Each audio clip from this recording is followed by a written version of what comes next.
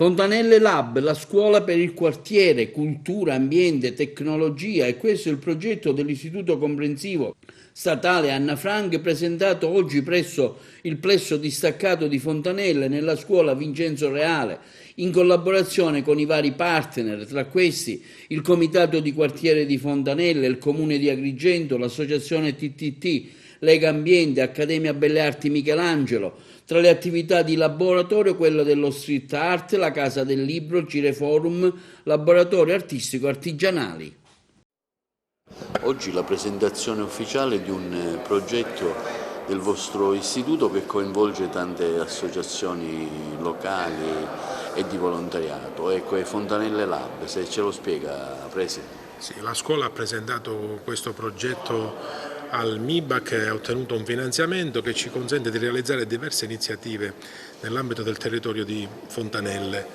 E queste iniziative si potranno realizzare grazie alla preziosa collaborazione di diversi soggetti partner, sia pubblici che privati, che aderiranno a questo partenariato che sottoscriveremo oggi come atto formale di impegno per la realizzazione del progetto. Si tratta di diverse attività che sono aperte sia ai ragazzi che comunque agli abitanti del quartiere, che prenderanno il via dal mese di novembre fino al mese di maggio e si alterneranno diversi laboratori sia all'interno della scuola sia all'esterno, per far sì che la qualità della vita del quartiere di Fontanelle possa migliorare e ci possa essere un accostamento alla dimensione culturale come fattore di crescita della vita personale e sociale di tutti.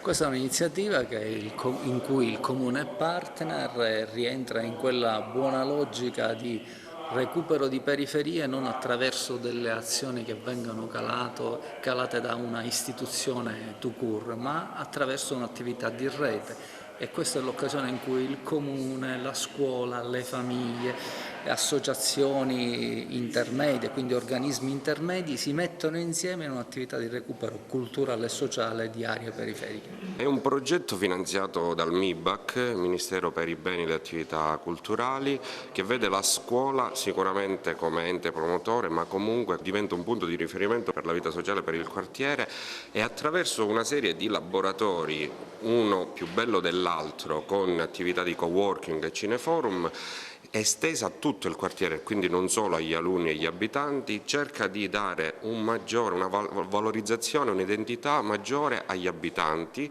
e comunque rientra tra le finalità del Comitato di Quartiere. Siamo anche contenti di aver partecipato a questo progetto, perché è una concreta un'immagine che si realizza anche per quello che deve essere anche la valorizzazione degli abitanti e del quartiere. Sono uno dei soci fondatori della TTT, è un'associazione che immagino si sta facendo sentire molto ultimamente, ci occupiamo di tante cose, una di queste è la progettazione, in particolare la progettazione sociale.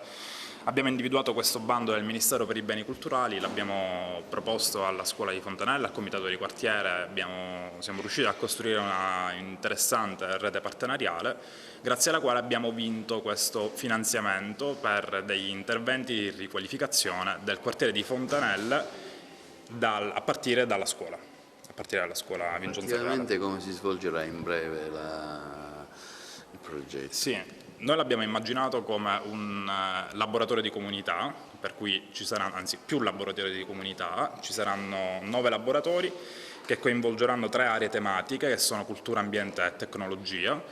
Per ciascuna di queste aree tematiche sono previste delle attività, per esempio street art, orto sociale, un laboratorio digitale di architettura urbana. Tutte queste attività dovranno essere svolte in effetti direttamente dagli abitanti del quartiere di Fontanelle con un coordinamento da parte dei partner. Medianova è parte attiva perché realizzerà nell'ambito di questo progetto la Casa del Libro e tutta una serie di letture e di incontri con autori. Prettamente una cultura per tutta Fontanelle. Ma contrariamente a quanto si pensa, l'arte non è soltanto una accozzaglia di forme da contemplare in maniera disinteressata, è soprattutto un sapere. Se poi questo sapere viene ricavato dalla terra, con la T maiuscola, dal territorio, in questo caso Fontanelle, allora l'ispirazione è chiarissima. Basta ascoltare le esigenze dei due rispettivi oggetti, terra e territorio, e poi l'arte insomma va applicata per coadiuvare quanto entrambi richiedono.